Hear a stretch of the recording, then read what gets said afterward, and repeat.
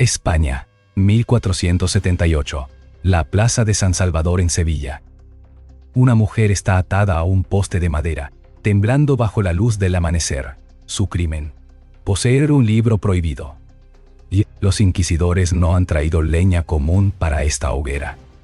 Han mezclado madera verde con huesos humanos de herejes anteriores, diseñada específicamente para arder lento, para maximizar cada segundo de agonía. Le ofrecen una última oportunidad: besar el crucifijo y confesar.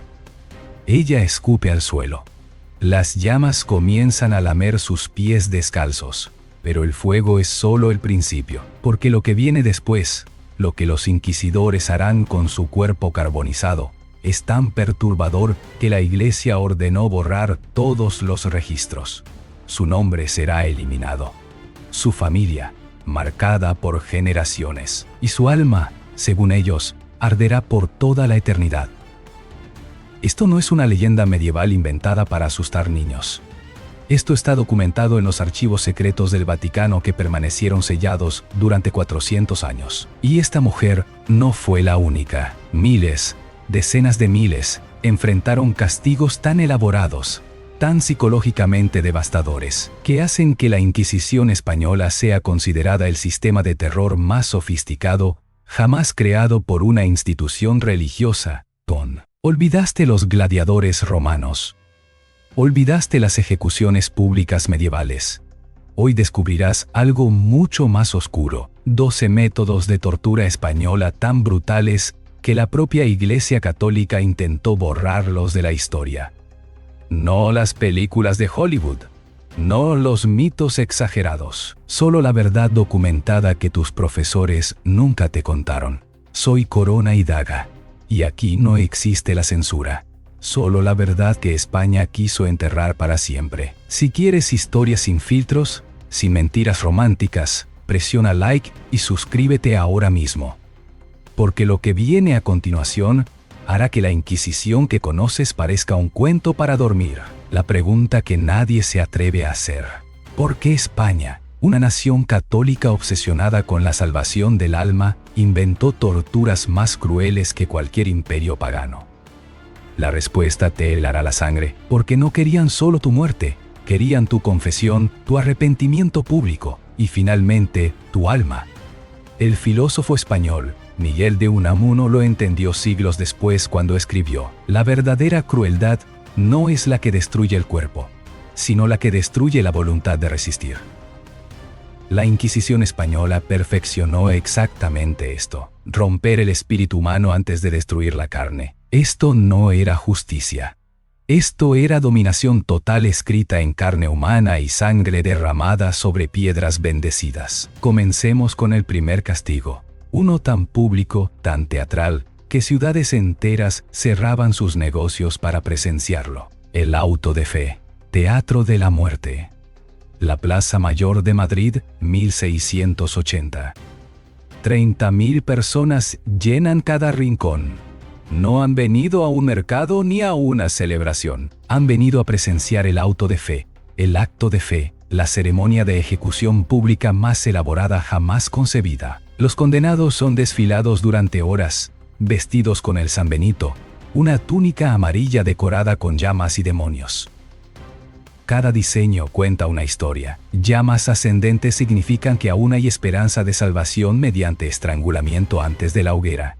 Llamas invertidas significan que arderás vivo, completamente consciente. El rey Carlos II observa desde un balcón especialmente construido. Los inquisidores leen cada acusación en voz alta: judaizante, hereje, blasfemo, brujo. El proceso dura de 8 a 12 horas bajo el sol abrasador. Algunos condenados mueren de insolación antes de llegar a la hoguera. Los que sobreviven enfrentan algo peor. Pero aquí está el detalle que te romperá. Los familiares de los condenados son forzados a presenciar, obligados a estar en primera fila.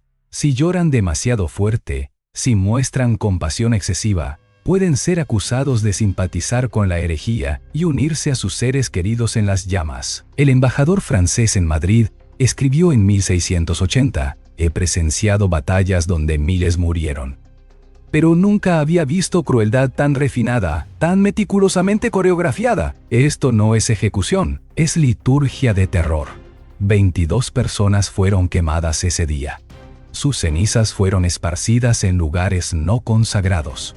Sus nombres borrados de registros parroquiales. Sus propiedades confiscadas por la Inquisición. Y sus familias quedaron marcadas durante 3 generaciones, incapaces de ocupar cargos públicos, ingresar a universidades o incluso casarse con familias limpias de sangre. La Garrucha, dislocación sistemática. Pero el auto de fe era el espectáculo final. Antes de llegar allí, los acusados pasaban meses, a veces años, en las mazmorras de la Inquisición, y allí, en la oscuridad húmeda, conocían instrumentos diseñados no para matar, sino para extraer confesiones. La Garrucha era simple en diseño, pero devastadora en aplicación. El acusado era despojado hasta la cintura. Sus manos eran atadas detrás de la espalda y conectadas a una cuerda que pasaba por una polea en el techo. Lentamente, muy lentamente, el verdugo tiraba de la cuerda, elevando al prisionero del suelo. El peso del cuerpo tiraba hacia abajo, mientras los brazos eran forzados hacia arriba y atrás. Los hombros comenzaban a dislocarse con un sonido que los testimonios describen como ramas quebrándose en invierno. Pero aquí viene la maestría cruel. Justo antes de que los brazos se separaran completamente de los hombros, el verdugo soltaba la cuerda. El cuerpo caía violentamente, deteniéndose justo antes de tocar el suelo. El impacto súbito completaba la dislocación. Los gritos, según los registros del inquisidor Tomás de Torquemada, podían escucharse 3 calles más allá de las prisiones secretas. La Garrucha, el refinamiento del dolor. Pero los inquisidores no se detenían ahí. Añadieron lo que llamaban agravantes de convicción.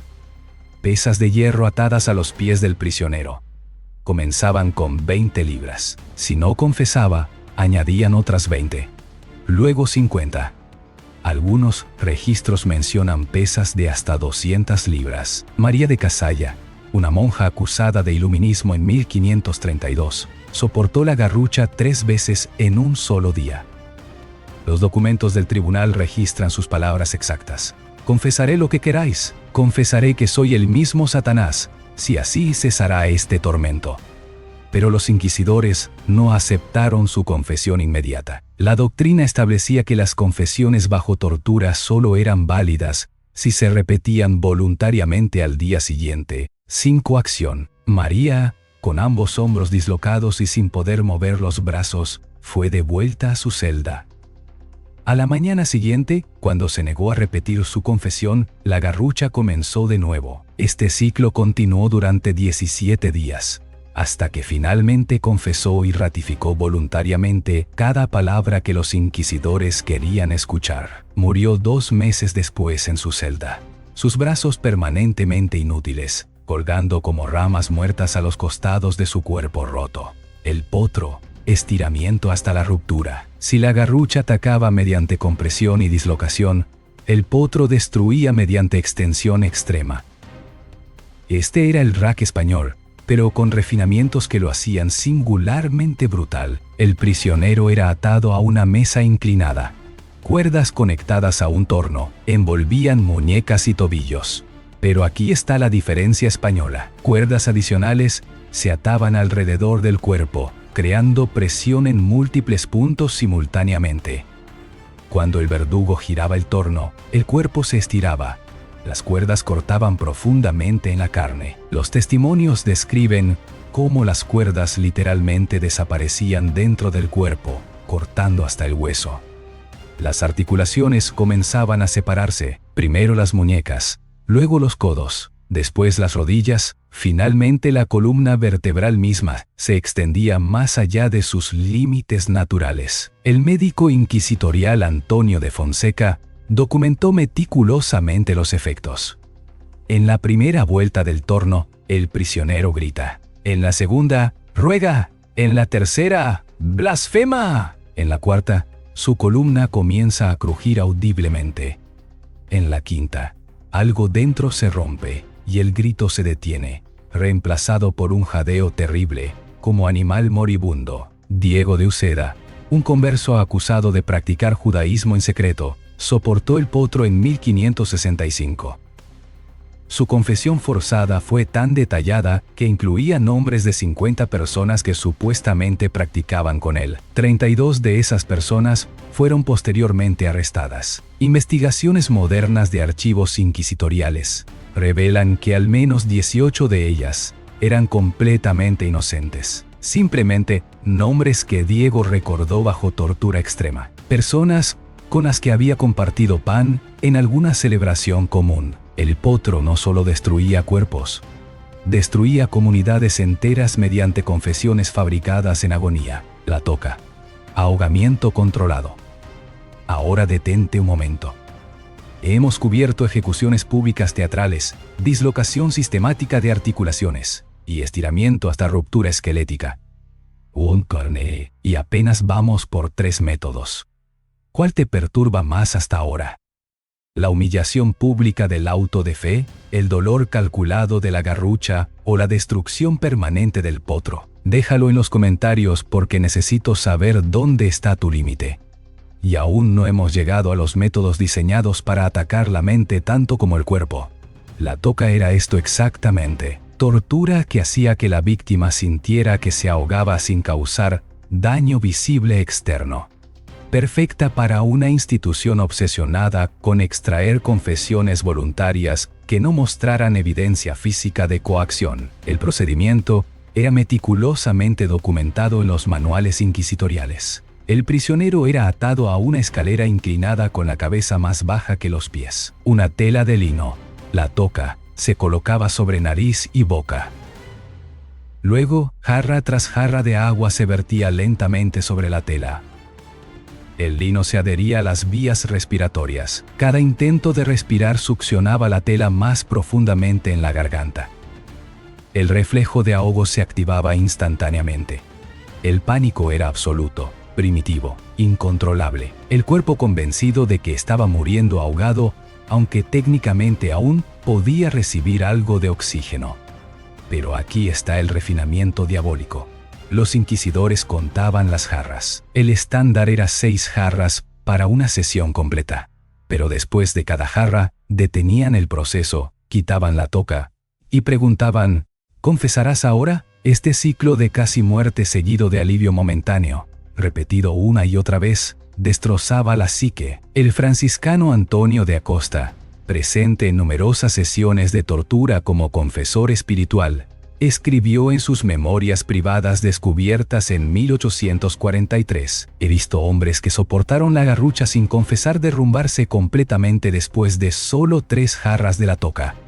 El miedo al ahogo supera todo otro terror humano. Isabel de Baena, acusada de brujería en 1591, soportó 8 jarras de agua. Los registros indican que confesó no solo su propia brujería, sino también una conspiración elaborada que involucraba al alcalde de su pueblo, 2 sacerdotes y 14 vecinos. Investigaciones posteriores demostraron que toda la conspiración era completamente ficticia, fabricada por una mente fracturada por terror extremo. La toca, muchos desarrollaban terror permanente al agua, incapaces de lavarse el rostro, sin experimentar ataques de pánico. Algunos nunca recuperaron la capacidad de dormir normalmente, despertando cada noche convencidos de que se ahogaban. El aplastapulgares, destrucción milimétrica. Mientras los métodos anteriores atacaban el cuerpo completo, los inquisidores también perfeccionaron torturas que se enfocaban en áreas pequeñas con terminaciones nerviosas densas. El aplastapulgares era simple, un tornillo de hierro que comprimía lentamente los dedos. El aplastapulgares. Precisión en el dolor. Parece casi insignificante comparado con la garrucha o el potro. Pero esa era exactamente su efectividad. Podía aplicarse en la misma sala del tribunal, durante el interrogatorio, sin necesidad de trasladar al prisionero a cámaras de tortura. Los inquisidores podían hacer preguntas, apretar el tornillo un poco más con cada respuesta insatisfactoria, y observar cómo la determinación de resistir se desmoronaba milímetro a milímetro. El dispositivo tenía placas de hierro arriba y abajo. Los pulgares se colocaban entre ellas. Un tornillo en el costado permitía ajustar la presión con precisión. Inicialmente, solo presión incómoda. Luego dolor agudo. Después, el sonido de huesos pequeños comenzando a agrietarse, como nueces rompiéndose bajo presión gradual. Los manuales inquisitoriales especificaban que el procedimiento debía comenzar con advertencias verbales. Este dolor puede detenerse instantáneamente si simplemente dices la verdad. Esta oferta de alivio inmediato, siempre a solo una confesión de distancia, hacía que la tortura fuera psicológicamente insoportable. El físico converso Rodrigo de Castro escribió en su Tratado Médico de 1614, después de haber tratado a numerosas víctimas inquisitoriales: las manos humanas contienen más nervios que cualquier otra área de tamaño comparable. Destruir los dedos no solo elimina la función física, elimina la capacidad de trabajar, de escribir, de tocar instrumentos, de acariciar a los hijos. Destruyes la humanidad misma de una persona, y los inquisidores lo sabían. Para escribas, artistas, músicos, artesanos, la amenaza del aplasta pulgares era a menudo suficiente. No necesitaban aplicarlo, solo mostrarlo, describir exactamente lo que haría, y observar cómo la imaginación de la víctima hacía el trabajo por ellos. La cuna de Judas. Penetración gradual. Ahora llegamos a un método tan perturbador que muchos historiadores modernos dudan si incluirlo en textos académicos. La cuna de Judas existió, fue utilizada, y sus efectos están meticulosamente documentados. El dispositivo era una pirámide de hierro afilada montada sobre una base. El prisionero era suspendido sobre ella mediante arneses, con el punto de la pirámide posicionado bajo el perineo, el ano o la vagina. Lentamente, muy lentamente, el cuerpo era bajado. El peso del propio cuerpo del prisionero creaba penetración gradual. El dolor era insoportable. Pero el verdadero horror era el control absoluto que los verdugos mantenían. Podían elevar al prisionero ligeramente, ofreciendo alivio momentáneo. Podían añadir pesas para acelerar la penetración. Podían balancear el cuerpo, causando desgarros internos. Las sesiones podían durar horas. Los médicos inquisitoriales monitoreaban cuidadosamente para evitar la muerte prematura por shock o desangramiento. El objetivo nunca era matar, era quebrar la voluntad mientras mantenían al prisionero consciente y capaz de confesar. Catalina de Erauso, la monja alférez que vivió como hombre durante años, fue amenazada con la cuna después de ser descubierta. Su autobiografía, verificada por múltiples fuentes históricas, describe cómo la mera vista del dispositivo la hizo confesar inmediatamente crímenes que nunca había cometido. Los últimos 5. Destrucción total. El garrote vil. Estrangulamiento público sentado en una silla, con tornillo de hierro que apretaba lentamente contra la columna vertebral mientras el prisionero permanecía consciente. El sanbenito perpetuo. Túnica de infamia que las familias debían exhibir en iglesias durante generaciones, marcando a descendientes inocentes. La confiscación total. Destrucción económica de familias enteras, dejándolas sin recursos para defenderse. El exilio perpetuo. Destierro que convertía a ciudadanos en refugiados permanentes. Y finalmente, la quema de efigies. Cuando el acusado moría antes del juicio o escapaba, quemaban muñecos que lo representaban, condenando su memoria y maldición eterna a su alma. Hemos presenciado ahora 12 métodos que España perfeccionó para castigar, aterrorizar y controlar. Auto de fe como teatro de muerte pública. La garrucha dislocando articulaciones sistemáticamente, el potro estirando cuerpos hasta ruptura esquelética, la toca ahogando sin ahogar realmente, el aplasta pulgares destruyendo humanidad milímetro a milímetro, la cuna de Judas penetrando gradualmente, el garrote vil estrangulando mientras la víctima observaba su propia muerte, el sanbenito marcando generaciones inocentes, la confiscación eliminando recursos de defensa, el exilio creando refugiados permanentes, la quema de efigies atacando la memoria misma.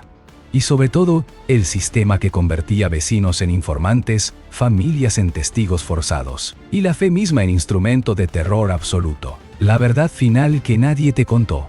El filósofo español José Ortega y Gasset escribió en el siglo XX: España es el único país que convirtió la religión en una maquinaria de Estado, y el Estado en una extensión de la ortodoxia religiosa. El resultado fue un sistema donde la salvación del alma justificaba cualquier destrucción del cuerpo.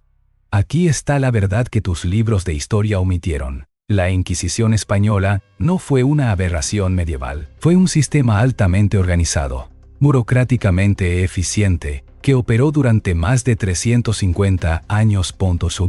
Desde 1478, hasta su abolición oficial en 1834, procesó aproximadamente 150 casos, ejecutó entre 3 y 5 personas y torturó a decenas de miles más.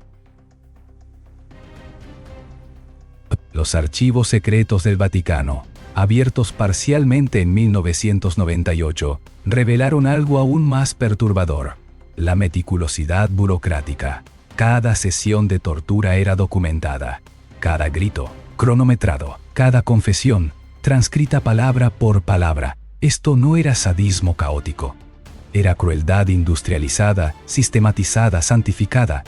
Hoy, el Palacio de la Inquisición en Madrid es un museo. Turistas caminan por sus pasillos admirando la arquitectura barroca. Toman fotos junto a instrumentos de tortura exhibidos detrás de cristal. Pero si caminas por esos pasillos al anochecer, cuando el museo está vacío, aún puedes sentir algo. El peso de miles de almas que gritaron aquí. El eco de oraciones desesperadas que ningún Dios respondió. La memoria de un sistema que convirtió la fe en arma y la salvación en pretexto para sufrimiento infinito. Pero España no fue el único imperio católico que perfeccionó el arte del sufrimiento humano. Hubo otro, aún más secreto, aún más brutal. ¿Quieres que cuente esa historia?